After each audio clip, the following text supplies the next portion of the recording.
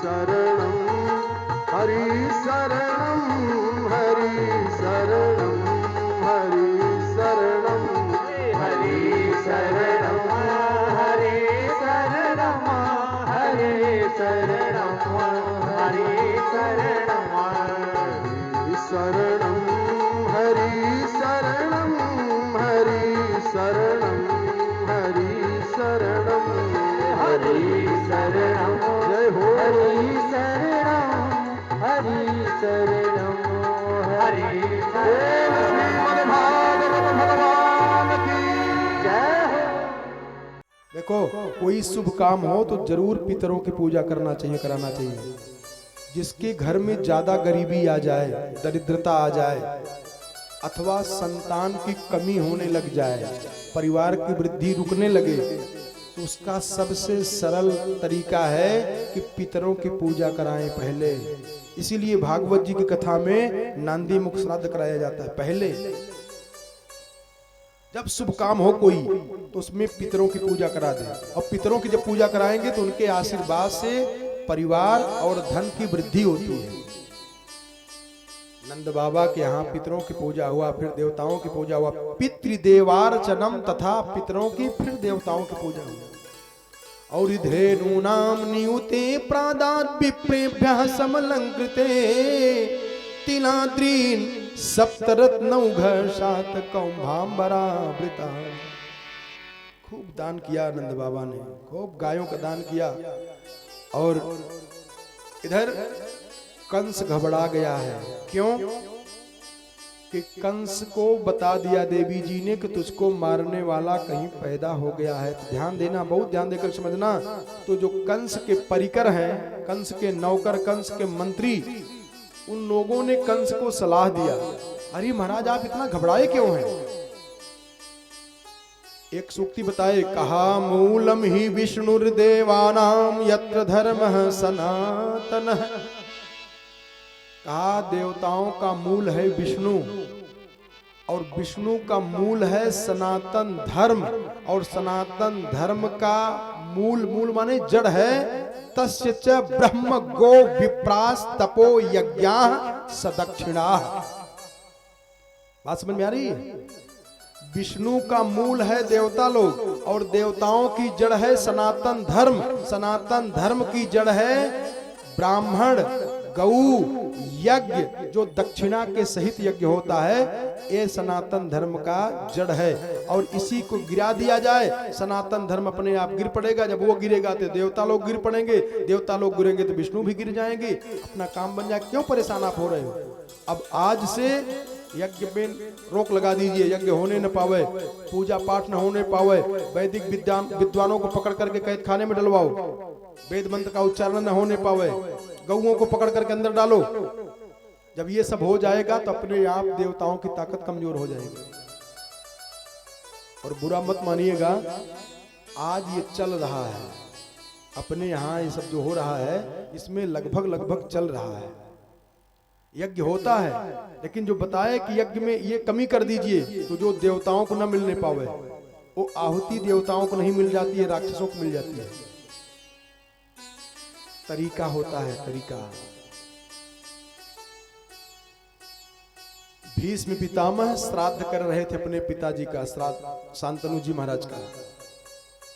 जब श्राद्ध कर रहे थे, आचार्य जी बैठे थे, श्राद्ध हो रहा था, तो हाथ दिखाई दिया, और शांतनु जी महाराज ने अपने पुत्र पितामह भीष्म से कहा कि बेटा, ये जो पिंडा पार रहा है वो पिंडा मेरे हाथ में दे देता, मैं खा लेता, भूख लगी है। हाथ को देख करके भीष्म पितामह पहचान गए, हमारे पिताजी का ही हाथ है, किसी दूसरे का नहीं है। और भीष्म पितामह रोने लगे, कहा पिताजी मैं इन्हीं अंगुलियों को पकड़ करके चलना सीखा है, मैं पहचान रहा हूं, लेकिन हमको क्षमा करिएगा, शास्त्र का जो आदेश होगा मैं वही करूंगा। और आचार्य जी से पूछा कि क्या करना चाहिए हमको ऐसी अवस्था में? तो आचार्य जी ने कहा कि पिंडा कुश पे ही पाड़ना चाहिए। जब कुश पे पिंडा गिराए तो शरीर, शांतनु जी महाराज का शरीर दिखने लगा। भीष्म पितामह को, वाह बेटा, तो इतना शास्त्र के प्रति प्रेमी है। तब फल मिलता है। जब हम लोग यज्ञ करते हैं, इसमें कितनी कमी कर जाते, देखो यहां बताए हैं। कंस के परिकरों ने कहा कि मूलम ही विष्णुर्देवा नाम, देवताओं का जो जड़ है वो विष्णु है, और विष्णु का जड़ है वो सनातन धर्म है, और सनातन धर्म का है ब्रह्मा माने ब्राह्मण, विप्र, गौ, तपो, यज्ञा सदक्षिणा, दक्षिणा सहित जो यज्ञ होता है, इससे देवताओं की ताकत बढ़ जाती है। और आहुति जब पड़ती है उसी समय देवता भी अगल बगल बैठे रहते हैं। भूल किए तो आहुति देवता की जगह पर राक्षस लेके चले जाते हैं। ऐसे किया जाएगा। और चारों तरफ में इतने छोटे छोटे बच्चे, उनको मारना शुरू करा दिया, मारो सब बच्चों को। और इधर अरे जसोदा जायो ललना, मैं वेदन में सुनी आई। इनके यहाँ नंद बाबा के यहाँ उत्सव मनाया जा रहा है और गोपियां जा रही हैं। देखो गोपियों की सुंदरता का वर्णन सुखदेव जी महाराज ने किया है। नव कुंकुम किंजल कर मुख पंकज भूतयः,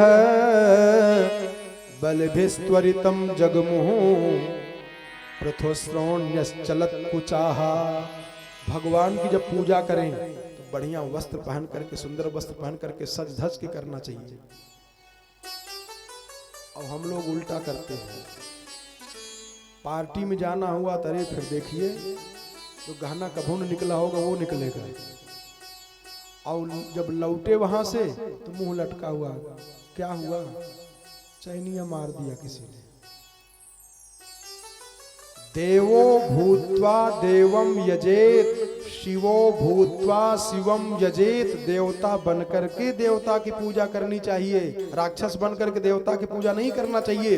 गोपियां जा रही हैं नंद भवन में उस बालक को आशीर्वाद देने के लिए। सुखदेव बाबा कहते हैं, ध्यान देना, सुखदेव बाबा कहते परीक्षित कौन जा रही हैं? कहा गोपियां जा रही हैं, बहुत सुंदर हैं। गोप्यः सुमृष्टमणि कुंडल निष्कंठ्यस चित्रांबराः पथि शिखाच्युत माल्यवर्षाः। हरि राम राम। ये ब्रह्मविद वरिष्ठ गोपियों की सुंदरता का वर्णन कर रहे हैं। क्यों? क्योंकि भगवान के पास जा रहे हैं इसलिए सुंदरता का वर्णन कर रहे हैं। कैसी हैं? बेला का फूल लगाई हुई है बाल में, वो गम गम गम गम गमक रहा है। कान में कुंडल पहनी हुई है, सोने का बढ़िया सुंदर हार पहनी हुई है। अरे नंदालयम समलया, नंदालयम सवलया, ब्रजतीर विरेजुर व्यालोल कुंडल पयोधर हार शोभा। कान में कुंडल पहनी हुई है और जो बेला का फूल लगाई अपने बाल में, वो बेला का फूल गिर जा रहा है जमीन पे, अपने आप गिर जा रहा है। क्यों? फूलवा अपने आप ही गिर जा रहा है। क्यों गिर जा रहा है? इसलिए कि गोपियां जा रही हैं भगवान का दर्शन करने के लिए, तो इनके पैर में कुछ कंटक न गड़ जाए इसलिए फूल गिरे जा रहे हैं। हमारे ऊपर पैर रखिए, हमारे ऊपर पैर रखिए। और जो कान में कुंडल पहनी हुई हैं गोपियां, वो सुंदर सुंदर गोपियां, गोरी गोरी गोपियों के कान का जो कुंडल है, मानो उन गोपियों की आरती उतार रहे हैं। जब चलती हैं मटक करके तो कान के कुंडल झूल के आगे आ जाते हैं, मानो आरती उतार रहे हैं। वो गहना सुंदरता बढ़ा रहा है गोपियों का। क्यों? क्योंकि भगवान के पास जा रही है। कहते हैं कि गोपियां खूब आशीर्वाद देती हैं। और इसके बाद नंद बाबा वार्षिक कर देने के लिए जाते हैं, और वार्षिक कर जब देते हैं कंस को, वसुदेव जी ने बताया, और वसुदेव जी ने बता दिया कि आपके गोकुल में बहुत बड़ा उत्पात मचने वाला है। ये मंत्र है, सीख लो। जब शंका बढ़ जाए कि हमारे ऊपर कोई विपत्ति आने वाली है, तुरंत भगवान से जुड़ो, भगवान की कथा से जुड़ जाओ, बच जाओगे। ये सूत्र है, नियम है, मंत्र है। हरि स्मृति सर्व विपद विमोक्षणम। भगवान का स्मरण किए नहीं कि विपत्ति से बच जाओगे, और भगवान का विस्मरण हुआ नहीं कि विपत्ति में फंस जाओगे। इसलिए वसुदेव जी ने जब नंद बाबा को बताया कि आपके गोकुल में बहुत बड़ा उत्पात मचने वाला है, तो नंद बाबा ने क्या किया? नंद बाबा जान गए कि वसुदेव जी की वाणी झूठी नहीं होती है। नंदः पथिवचः शौरैर न मृषेति विचिन्तयन्, और हरिम जगाम शरणम उत्पाता गम शंकितः। उत्पात की आशंका से नंद बाबा ने ये मंत्र जप दिया, हरि शरणम, हरि शरणम। हे भगवान, मैं आपकी शरण में हूँ, आप रक्षा करें। और इधर पूतना तैयार होकर के जा रही है, जो कंस की मानी वाली बहन है, कंस की सगी बहन नहीं है ये, एक बकासुर की बहन है, बकी नाम है इसका।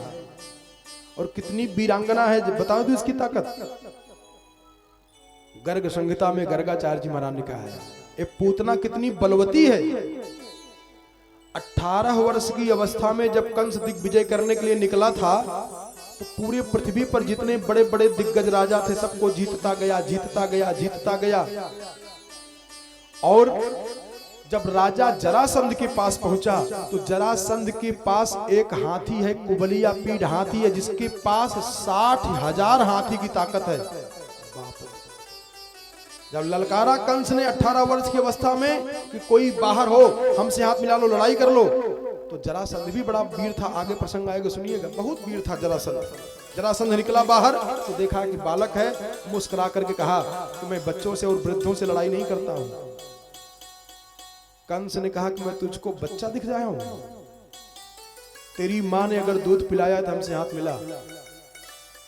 तो जरासंध ने सोचा कि है तो बड़ा साहसी, और मैं लड़ा कहीं हार गया तो बदनामी हो जाएगी, इसलिए कहा कि कंस अगर तू मुझसे लड़ना चाहता है तो मेरा हाथी है, इसी हाथी से जरा जोर कर लो तब मैं लड़ता हूं। उस कुबलिया पीढ़ हाथी से जब भेजा गया लड़ाई करने के लिए तो कंस ने 18 वर्ष की अवस्था में कुबलिया पीढ़ हाथी को पकड़ा, जिसके पास 60,000 हाथी की ताकत है। देवराजेंद्र के हाथी ऐरावत का बेटा है वो। इतनी ताकत रखने वाला कुबलिया पीढ़ हाथी को कंस ने 18 वर्ष की अवस्था में 4 योजन दूर फेंक दिया एक हाथ से। तब जरासंध ने सोचा कि बाप रे तो बहुत बड़ा वीर है। तो कंस के साथ में जरासंध ने अपनी दोनों बिटियों का विवाह कर दिया, लड़कियों का विवाह कर दिया, अस्थि प्राप्ति का विवाह कर दिया और कुबलिया पीढ़ हाथी को दहेज में दान कर दिया। और वो कंस जब जीतते हुए आगे चला तो प्रलंबासुर मिला, प्रलंबासुर को पराजित किया। बकासुर मिला, बकासुर को भी चकनाचूर कर दिया। और जब आगे बढ़ा तो बकासुर की बहन है बकी पूतना, उसने कहा कंस कहां? कहा रे सबको मैंने जीत लिया, कौन बाकी बचा है? कहा मैं। तो कंस हंस करके कहा कि मैं औरतों से नहीं लड़ता हूं। पूतना ने कही कि मैं तुझको औरत दिखाई दे रही हूं, अबला दिखाई दे रही हूं, हाथ मिलाओ तो हमसे। जब कंस से जिद किया पूतना ने तो कंस जब हाथ मिलाया तो 27 दिन तक कंस लड़ता रह गया, पूतना से जीत ही नहीं पाया।